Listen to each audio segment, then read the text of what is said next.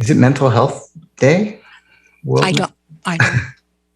That is a very good question. question. Maybe it was pre-sent to me because it says October 4th. So she might have okay. accidentally added. All right.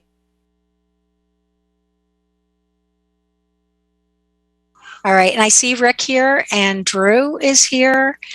I'm just filling in for Joan. So Patrice is just trying to get the other part of the meeting set up. If you can just, Rick, if you don't mind muting yourself and turning off your camera until she gets it going. And then obviously the commissioners will be asked to turn their videos on. Hi, Joe. Thank you, Mary. I appreciate the help. I think we are ready to go now. If Eric is on. Eric is on, and Kathy's fine, and so is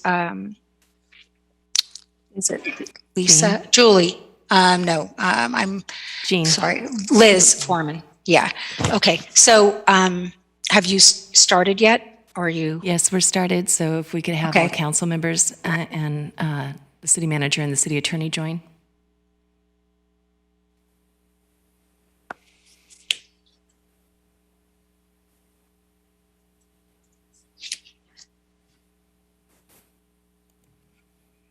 Okay, we ready? Madam Clerk? Yes, Mr. Mayor, we are ready. Okay, great. First off, I'd like to apologize, everyone, that we're running a little bit late. Our special meeting recording in progress. Our special meeting ran a little bit over, but I want to welcome everyone to this regular meeting on September 20th, 2021. I'll now call this meeting to order, and please join me for the Pledge of Allegiance. I pledge allegiance to the flag of the United States of America and to the republic for which it stands, one nation, under God, indivisible, with liberty and justice for all. Thank you, everyone. And Madam Clerk, can you please call roll? With pleasure, Mayor. Councilmember Goethals? Here. Councilmember Pappen? Here. Councilmember Lee? Here. Deputy Mayor Bonilla? Here. Mayor Rodriguez? Here. All right, everyone. Due to the health orders in place currently, we are holding meetings remotely. Information on how to provide comment is explained at the bottom of each published agenda. When public comment is announced for the item you wish to comment on, when signed into Zoom, use the raise your hand feature and you will be called upon at the appropriate time. If you're using the phone, press *9 to raise your hand, and when called upon, press *6 to unmute. These options for public comment will remain available until I close the public comment period for that specific item. We're going to move on to the consent calendar. Madam Clerk, can you please read the consent calendar? With pleasure, Mayor. All matters listed under the consent calendar are considered by the council to be routine and will be enacted by one motion without discussion. If discussion is desired, that item may be removed and considered separately. Item number 1, City Council meeting minutes approval. Item number 2, Board and Commission appointment, Subcommittee and Senior Citizens Commission appointment. Item number 3, Grand Jury report on building greater trust between the community and law enforcement via the Racial and Identity Profiling Act response letter. Item number 4, Edward Byrne 2021 Justice Assistance Grant Program application. Item number 5, Police Department motorcycles purchase. Item number 6, Citywide Street Reconstruction Phase 2 Project Agreement. Item number 7, Citywide Street Reconstruction Phase 2 Project Amendment. Item number 8, Citywide Street Reconstruction Phase 3 Agreement. Item number 9, 2020 San Mateo Rail Corridor Transportation Management Association Annual Report. Item number 10, Lori Meadows Pedestrian and Bicycle Safety Improvement Project Budget Increase. Item number 11, the 2020-21 Consolidated Annual Performance Evaluation Report Adoption. Item number 12, Wastewater Treatment Plant Supervisory Control and Data Acquisition Systems Agreement. Item number 13, Transit Center COVID-19 Rent Forbearance Agreement. Item number 14, 390 First Avenue Lease Amendment and Assignment. Item number 15, Burrell Park Development Project Award of Contract. Item number 16, Preschool Music Classes Agreement. And item number 17, the 2020 General Plan Annual Progress Report Approval and Measure Y General Plan Amendments. Thank you, Madam Clerk. Is there any member of the council that would like to pull an item off the consent calendar?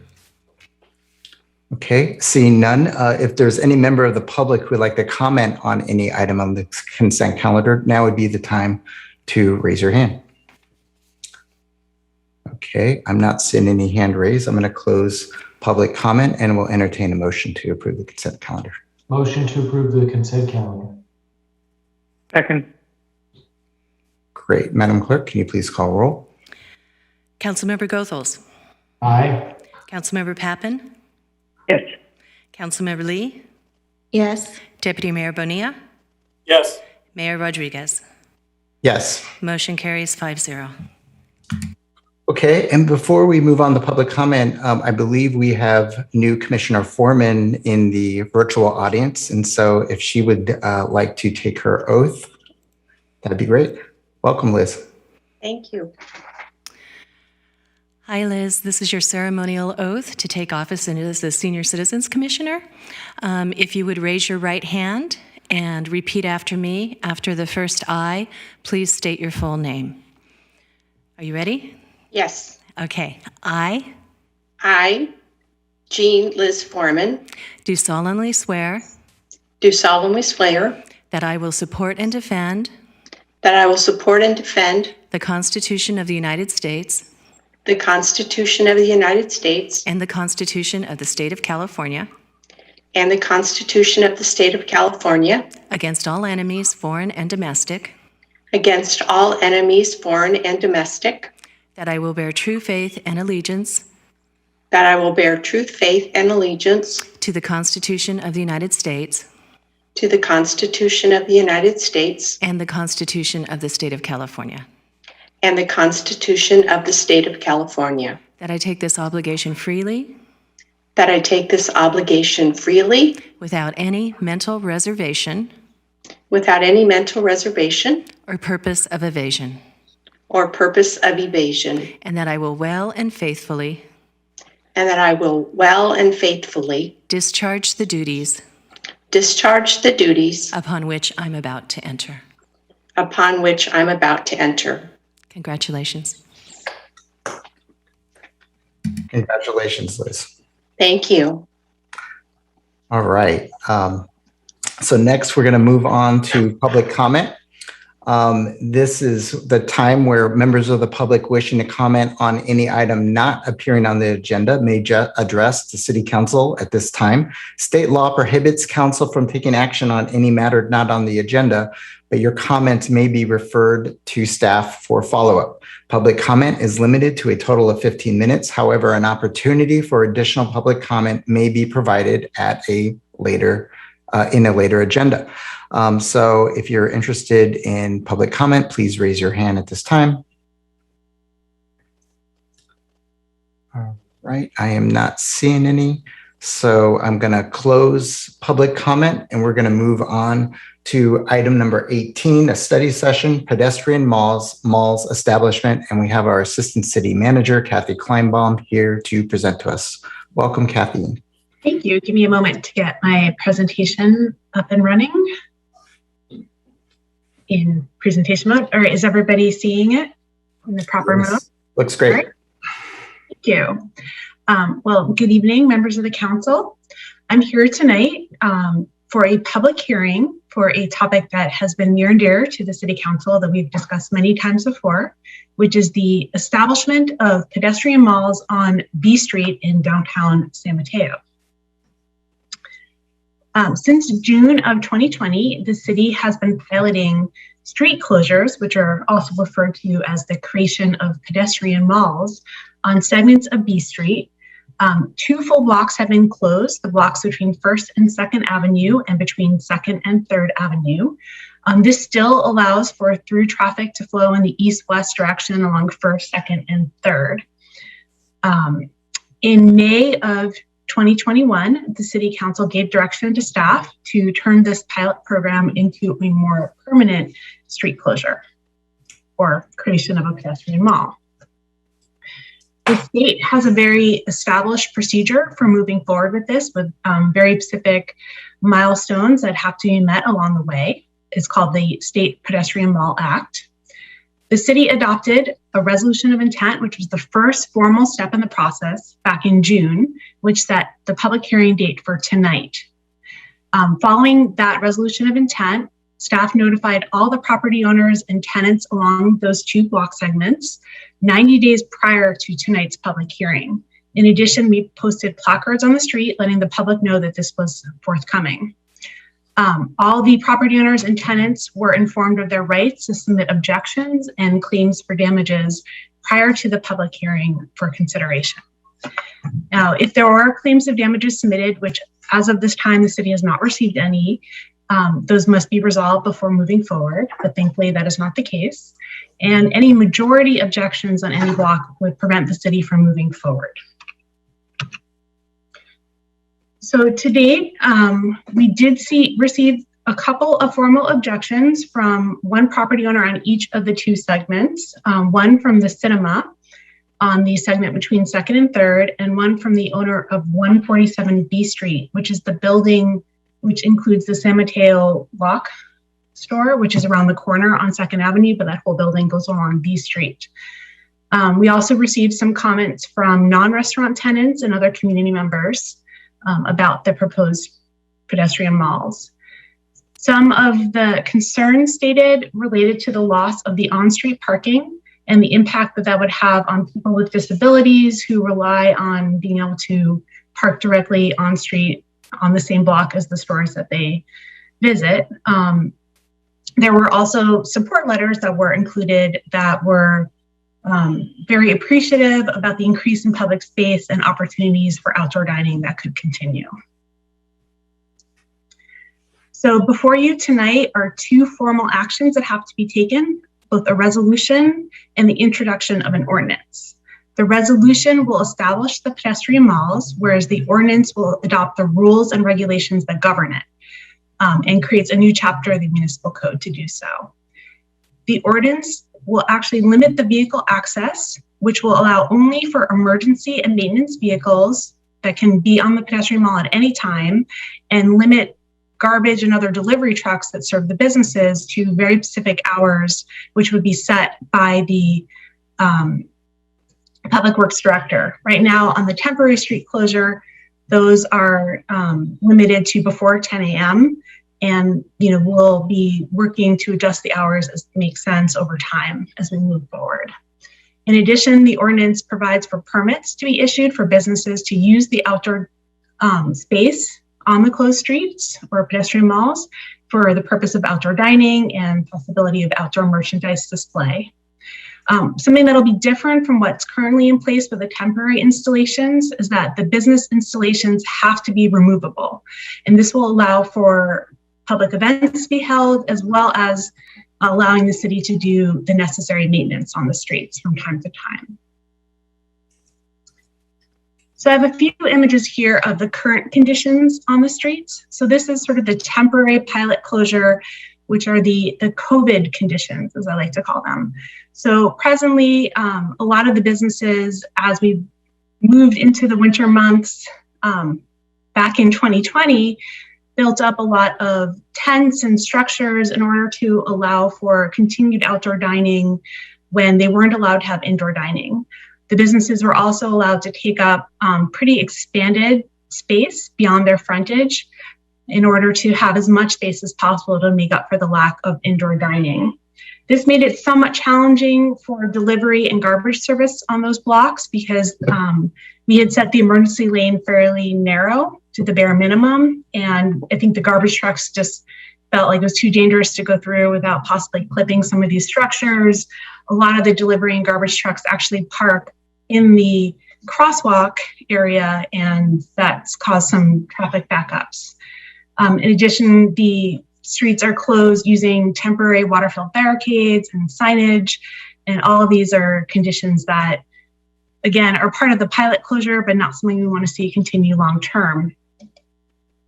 These images show a little bit more of what our intent is long-term for these pedestrian malls beyond COVID, whenever that happens to end up.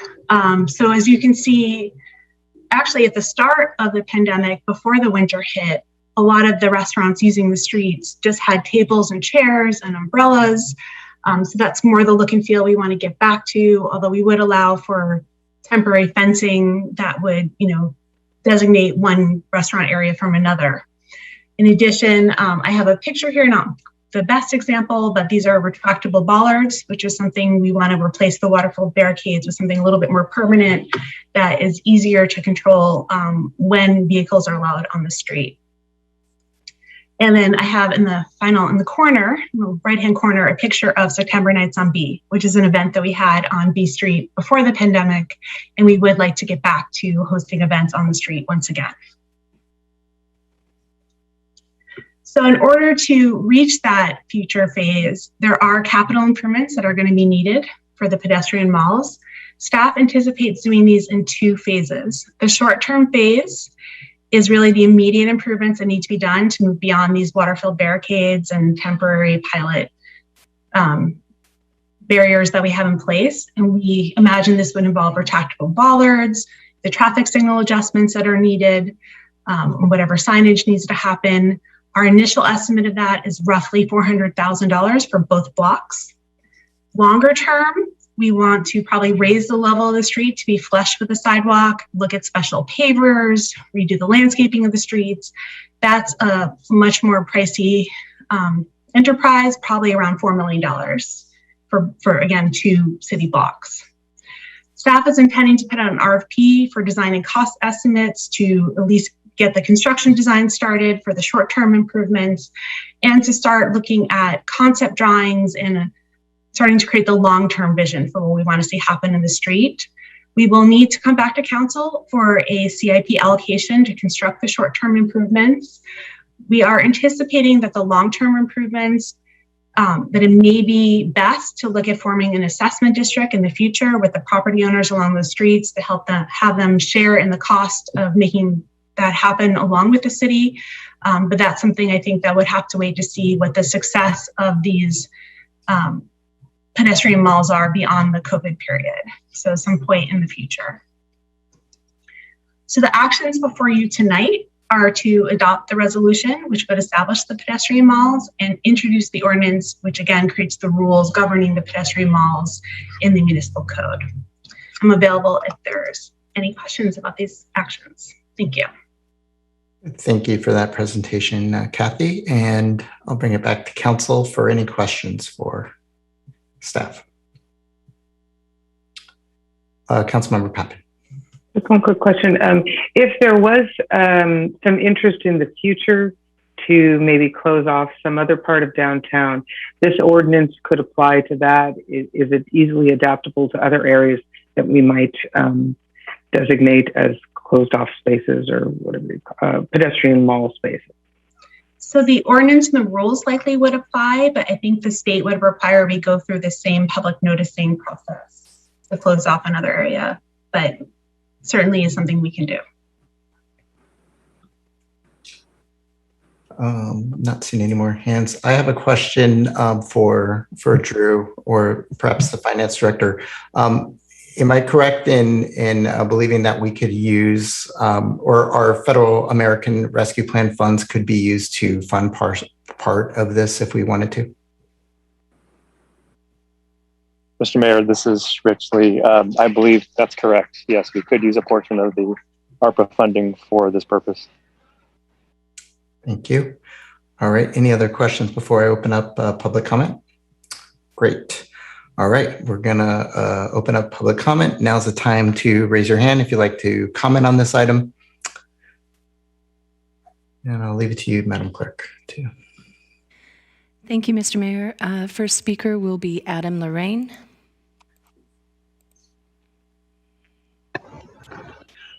Thank you, City Clerk. Good evening, Honorable Mayor and Council and staff. My name is Adam Lorraine. I happen to be a Sustainability and Infrastructure Commissioner with the City of San Mateo, but my comments tonight are mine alone. As a resident of San Mateo, I just wanted to quickly reiterate some support that I've given over the this process so far for this great project. I think it's the best thing that we've gotten out of the pandemic, frankly, an opportunity to make our downtown even better for the vast majority, I think, of people. I am enjoying it, multiple times a week, and it's so much quieter as a pedestrian when I'm walking through, and yet livelier at the same time, with a lot of our residents and people perhaps visiting as well, enjoying the outdoor dining and being downtown. I just noticed that in our general plan update process, when we've looked at a number of circulation alternatives, at least one of them, and if not all of them, if I recall correctly, included planning for this. And so it's pretty neat to be thinking that we're already, in 2021, perhaps getting to enjoy something that we were projecting might be something we'd like to have by 2040. I credit the council and staff for taking this unprecedented opportunity to push us in a direction that favors multimodal people, pedestrians, and more than just the cars, and ensuring a balance. So I heartily support it. Thank you very much. Thank you. The next speaker is Zoom user.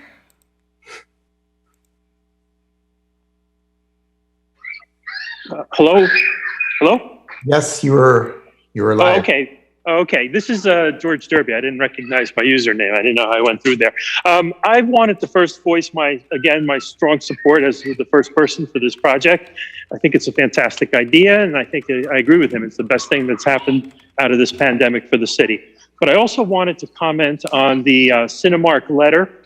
I think that businesses that are operating beyond their prime era have to maintain creativity to continue to function effectively and adjust their strategy. And in the case of Cinemark, I think they're kind of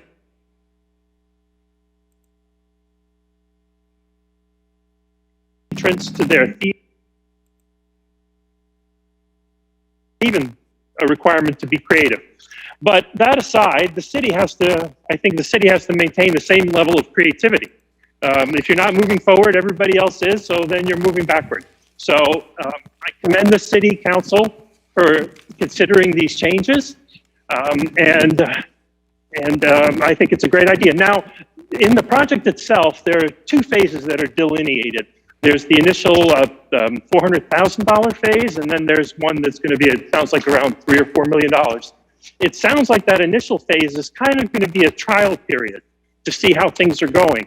And I would just kind of I would just ask the city council to temper their expectations, because it looks like that first phase is going to be something like a Barcelona green space effort, but a very minimalist version.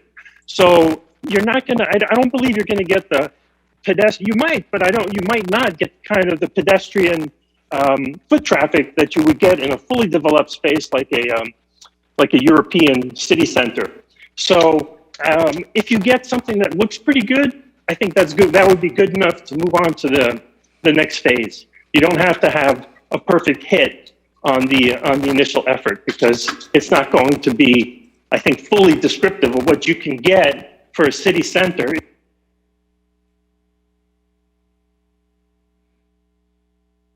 It's my commentary.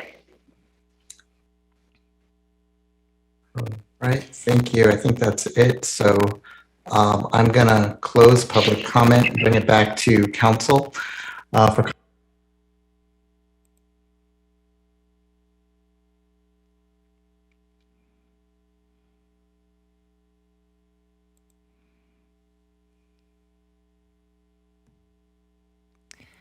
Mr. Mayor, you want to try again?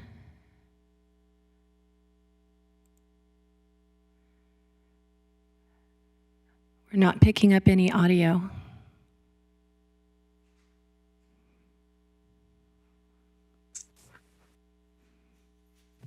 Oh, no, Charlie. What? Jordan?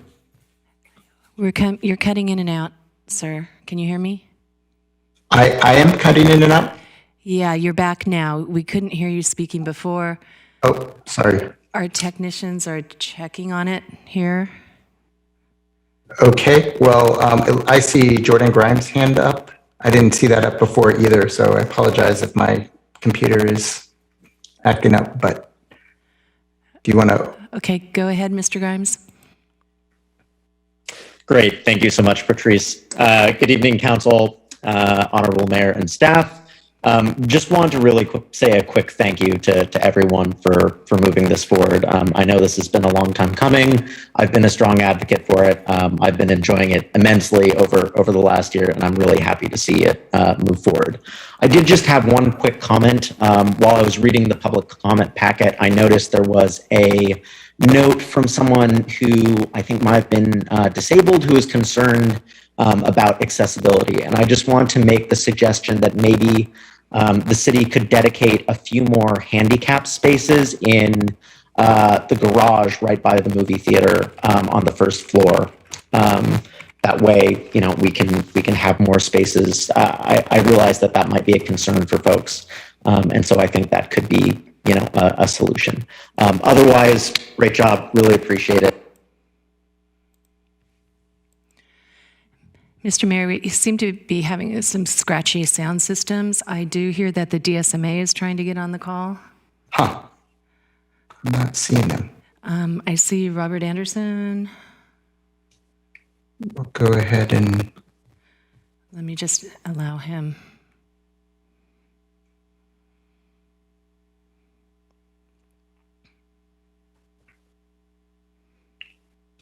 I think you're unmuted. Yes, can you hear me? Yes, we can. Sorry about that. Yes, just real briefly, I have seen so much traffic, foot traffic along B Street, as you all have. All the city council members have been down there and seen how great it's been. I know the businesses and especially the restaurants were particularly hard hit, and it's really been a lifeline having this outdoor seating area. And especially with the ongoing pandemic, you don't know what will happen. But on a personal, I can't speak for the DSMA, I'm on the board, but I'm speaking for myself. I'm down there several nights a week, and I'm really enjoying it. And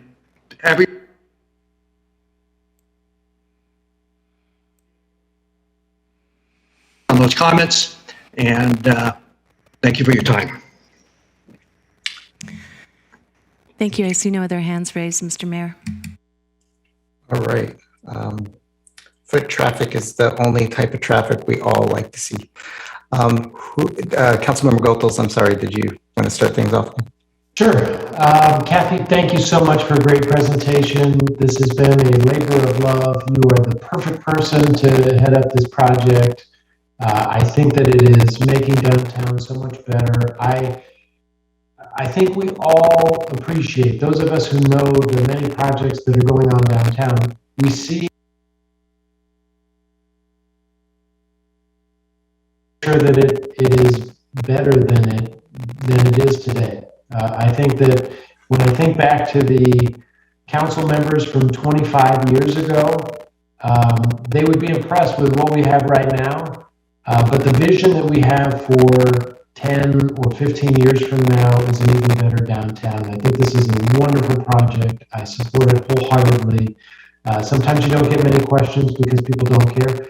You're not getting many questions because you're right on the money, and keep going. I'm really excited about the future of downtown San Mateo. All right. Okay, I'm not seeing any hands up. I'll go next.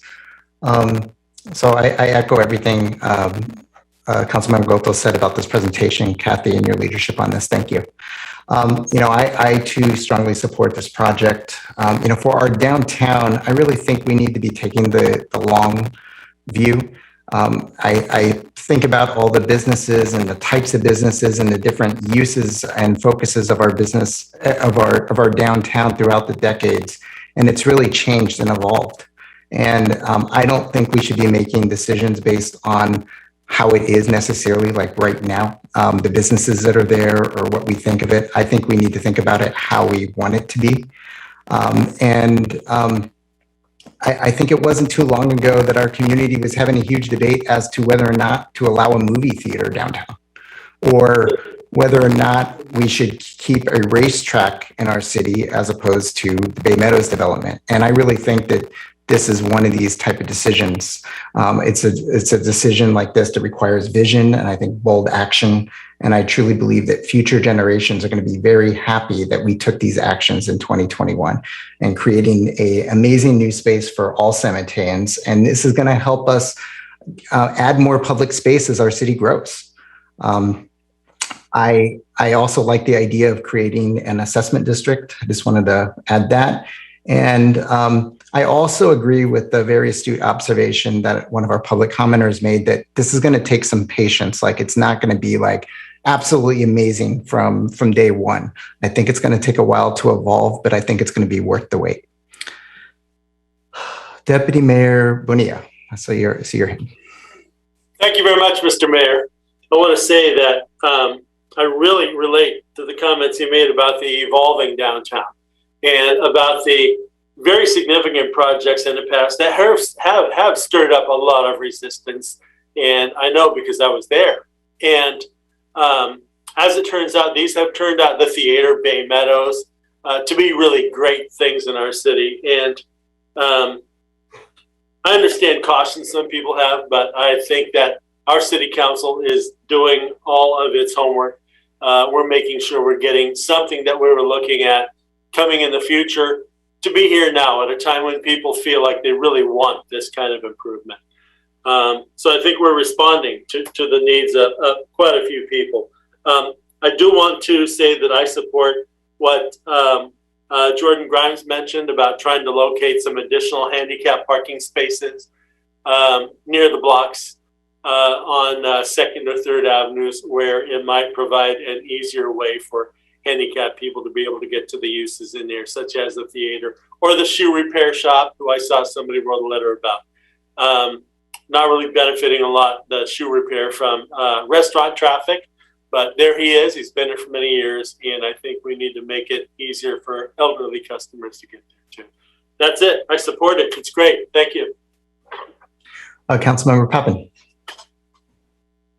Yeah, just to dovetail on that, it may be like on 2nd or maybe on 3rd, somewhere the adjoining streets, if we had some loading zone kind of parking available so that people could stay there for a second and run and do what they had to do, stay at the shoe repair or whatever else that may be that's happening on those blocked off streets.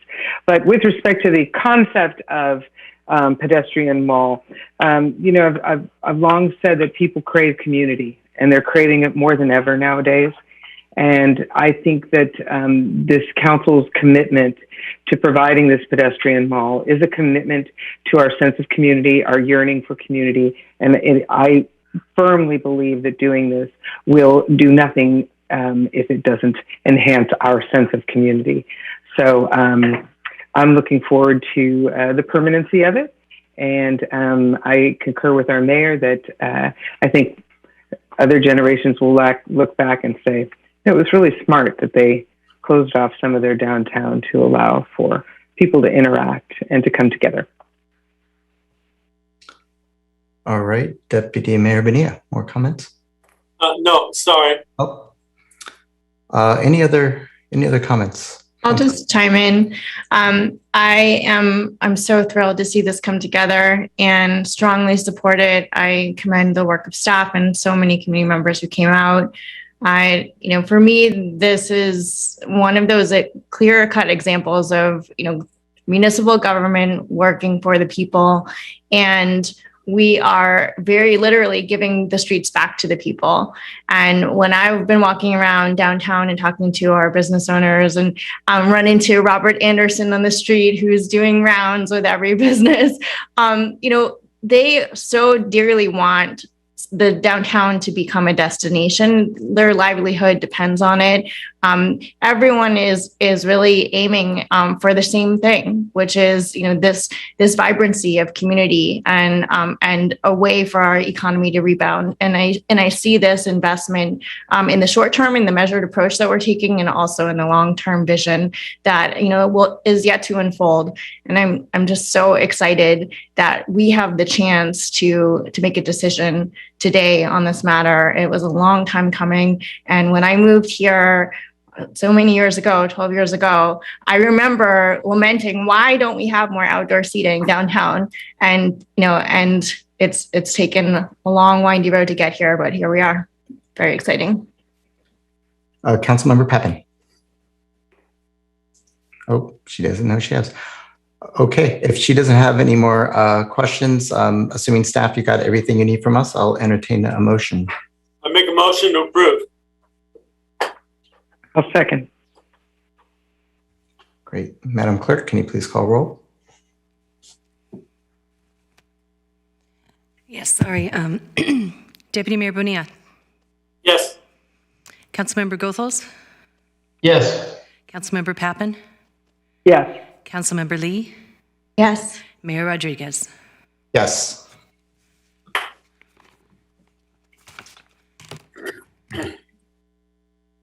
Great. So I'm assuming, I'm paranoid that I'm freezing up here, but I'm assuming the motion passes 5-0. I didn't hear. All right. So we're going to, that's the last item on the agenda, and we are going to move to reports and announcements. Deputy Mayor Bonilla. Thank you very much, Mr. Mayor. I just want to reiterate at the end of the last meeting that we had a couple of weeks ago, the current discussion that's going on around tenant protections, around the Tenant Protection Act, which is state law AB 1482, which the governor signed a year ago. And the idea that there is need for further discussion to try to close some loopholes. I understand. I mean, I was here and I saw that. I think the city manager mentioned that we should be able to get back to that sometime next month. I'm just trying. I know we have a lot going on. I'm trying to see if there's an update on that schedule, hoping to be able to come back to that subject soon. Yeah, if I could provide a brief update. So at next council meeting, we'll be going through the current status update of the current year strategic plan, and this item, will be, included as a placeholder in the strategic plan, and there will be an evaluation of kind of what would need to get delayed or pushed off, predominantly from the attorney's office, if we wanted to undertake the discussion on tenant protections. And I do think, as we mentioned last time, I think so much effort and energy from my office, the clerk's office, and the attorney's office right now is going through the district elections process. So I would say it would be challenging to get to this prior to the conclusion of that. And so I think we would really still be looking at, if we prioritized tenant protections after the district elections, kind of what would need to give in order to make that happen. Okay, thank you. Okay, Councilmember Lee. I have two updates. One is that the San Mateo Foster City Education Foundation is hosting a gala, and we have last year made a generous donation of around $7,000, and I would like to ask the council if there's consensus to make another contribution this year. We know that our friends in the school district have been working very hard through the pandemic, and they need all the support they can get. And in addition to a donation, a monetary donation, I think last year we also auctioned off bowling with the mayor. And so there's an appetite for auctioning off your time in services, Mr. Mayor, as well, if you will consider it. So I wanted to raise this up for consideration, see if we have consensus. At the rate we're going, I think you need to talk with Deputy Mayor Bonilla about that, but go ahead. Do we have any comments on this? Do I? Anybody? Oh, yeah. Anybody? I think it's a good idea. Yeah, I concur that it's a good idea. But I do also want to see if we can maybe at some point take a look at all the kind of donations that we're making to various groups, like whether it be, you know, all the different the groups that need our money. And I would like to kind of maybe take a holistic view to make sure that we're allocating it fairly across all these different groups at some point. That's the only thing I'd like to throw out there. That would be fine with me. And I remember being in favor of this last year, and I thank the council for agreeing to do it last year. And if there is a majority here, I would appreciate your continued support. We have quite an amazing school district that services a cross-section of our community. And if there is one good way to really help our kids through a cross-section of this community, it's by making this kind of donation. So I would really appreciate the support if we're so inclined. Drew, you had your hand up. Yes, I just wanted to comment that it sounds like there's consensus for council to formally agendize this item. And so if it pleases the council, I can get something on the next agenda for consideration of a donation to the San Mateo Foster City Education Foundation. And then just an update, Councilmember Lee did mention there was the gift of time that was provided last year, and it was actually bowling with the entire city council. That is still on the radar. I am in communication, on a fairly regular basis with the winner. We are kind of trying to wait out the pandemic, continuing to wait out the pandemic, but I have let her know that there is not a statute of limitations on that bowling event. So just know if there's another in-kind gift, we'll have two that we owe. Maybe we can have one big party of people really interested in helping our schools. Councilmember Goltos, sorry, you had your hand up for. Yes, I wanted to mention Bayfront Cleanup. Huge success, even with, I think, limited outreach and during the pandemic. And our own Councilmember Pappen was out there volunteering many hours. And it was a huge success during the pandemic, so much so that we walked quite a far distance up and down the Bayfront and could not find that much trash. It was a huge success and well attended. And Councilmember Pappen was volunteering for many hours longer than I was out there. So it was nice to see that support. Who had 3 kids you brought in tow? You count for 4 with the 3 kids you brought. We had some AYSO games we had to get to, so we weren't quite there as long as Councilmember Pat. It was a great day. Councilmember Lee. I wanted to also alert the council that last month our community experienced a very sad and tragic loss of one of our young people. And his name was Jenner Vasquez. And he grew up in North Shoreview and worked at Atlas Skate Shop. And he was one of the 316 people in this country that was shot in the United States every single day, and one of 106 people who were shot and killed. He was the victim of a senseless and reckless and random act of violence, and the victim of an armed robbery.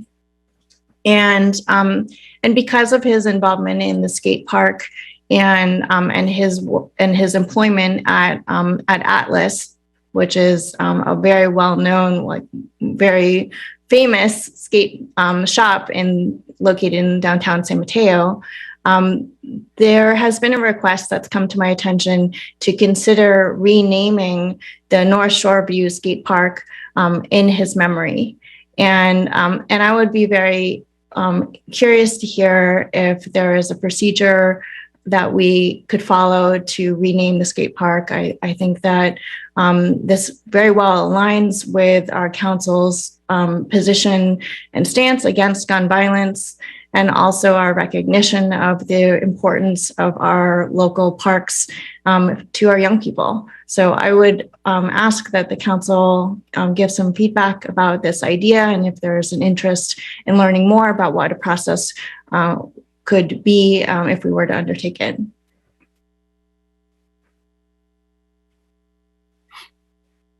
Do we have any comments on this from council?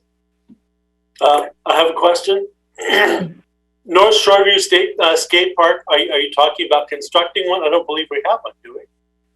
We do. We have a section of the Shoreview Park, which is for skateboarding. Okay, that's not north of 3rd Avenue, it's south of 3rd Avenue. Is that correct? It would be renaming that. Yeah, sorry. It would be renaming the Shoreview Skate Park in his memory. I support that. So do we have a procedure by which we would? How does this work? I'm not familiar. We do have an old policy on renaming parks. So outside of Joinville and King, the policy calls for parks not being named after people. However, parks amenities such as ball fields, or in this case, a skate park, can be. And we have many examples in the city. Typically, the evaluation starts with the Park and Recreation Commission prior to coming to council. So my question for council would be, if there's interest in this, is your preference for us to, run this through the standard, I say standard, it's not something we utilize very often, but run this through the procedure where we take it to Parks and Rec Commission and then come to council, or does council want a more in-depth study session on the policy and, typically, how the evaluation occurs for renaming a park amenity? I don't, because I raised this, I don't see any necessity in reevaluating the policy. And if it's more efficient and straightforward to take this to the commission, then I would ask that this is prioritized for the commission agenda.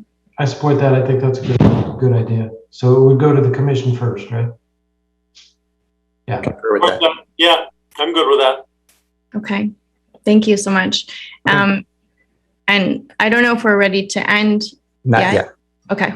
I still had a couple announcements, and I'll hand it back over to you. Okay.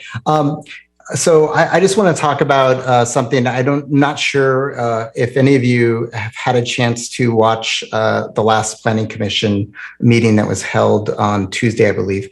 And they were evaluating 2 projects. And as I was watching the meeting, I thought the Planning Commission brought up a lot of good topics that our city should be addressing, such as how the density bonus should be used to incentivize types of development that are in the best interest of the city. And also, how does San Mateo strike a balance, the best balance between like office space and housing. And while I agreed with many of the sentiments conveyed by the commissioners, I could not help but feel that the Planning Commission as a whole were straying a little bit beyond their role as described in our charter and our established processes. I felt that they were not evaluating the project that was presented to them, and instead they were evaluating the project that they wanted to see based on policies that they wanted to see. And the policy topics they brought up should definitely be discussed and debated, but I believe that they should be debated in a more formal setting combined with community feedback, and not necessarily during the comments portion of individual project applications or hearings. I believe that kind of developers really deserve to know what the rules are and what should be expected of them and their projects before they start, not necessarily midway the approval process. And after talking a little bit with staff, I think the council should take a little bit more proactive role in this. And number one, addressing some of the topics that they brought up and that I think that they rightly brought up. But number two, also kind of reestablishing the Planning Commission's role. in evaluating some of these. And I wanted to just ask Drew, perhaps if they think that something like this might be helpful as a study session or bringing this topic up. Yes, thank you for asking. I do think it would be helpful.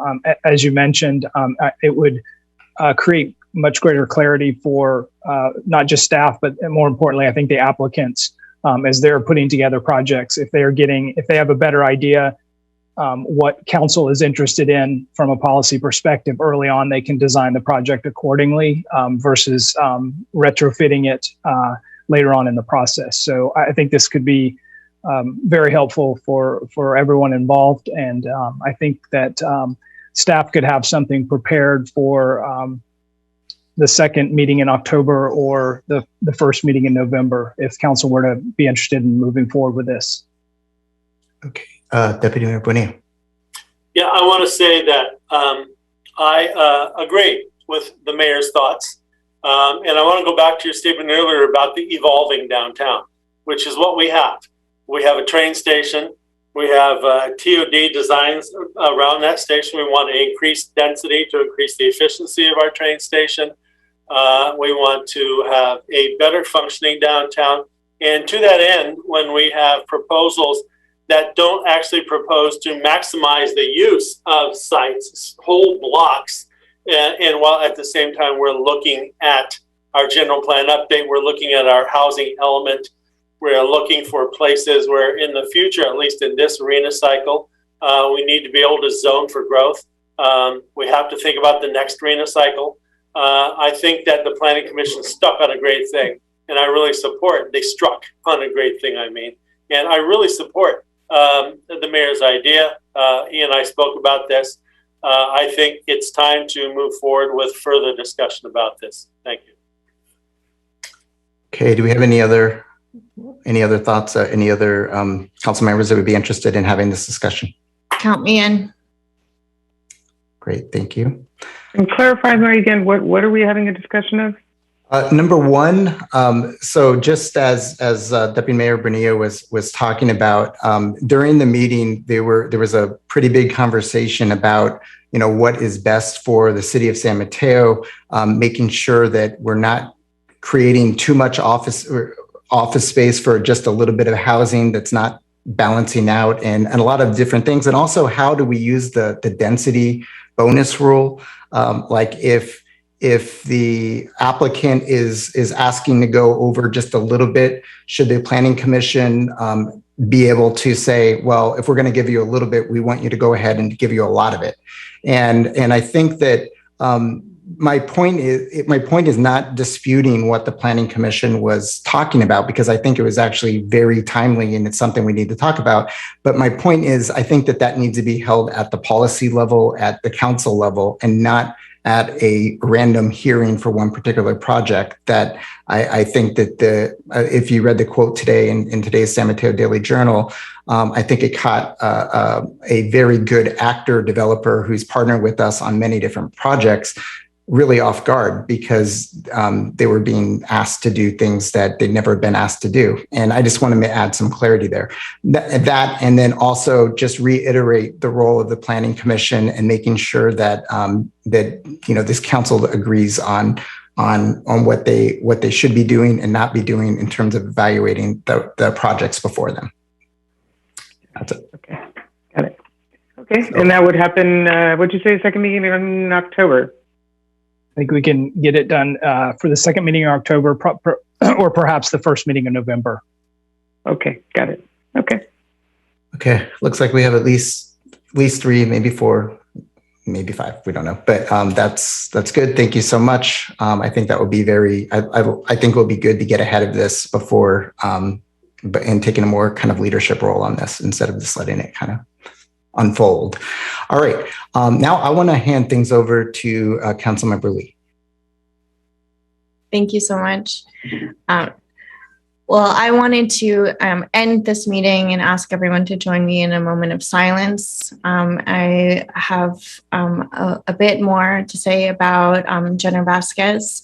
As I mentioned, last month, he was tragically killed by gun violence and the victim of an armed robbery.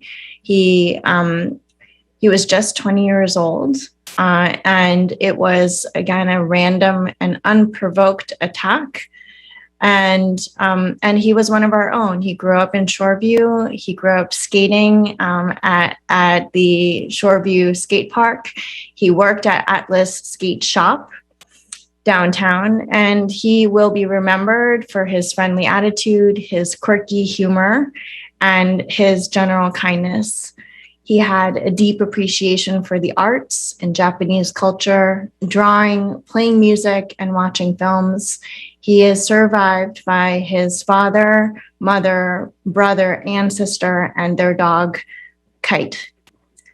Jenner, you will be missed, but never forgotten. I hope that we will find a way in our city to memorialize your memory, and also make sure that this city takes a stand against gun violence. Thank you. If we can have a moment of silence before we adjourn, please. Thank you.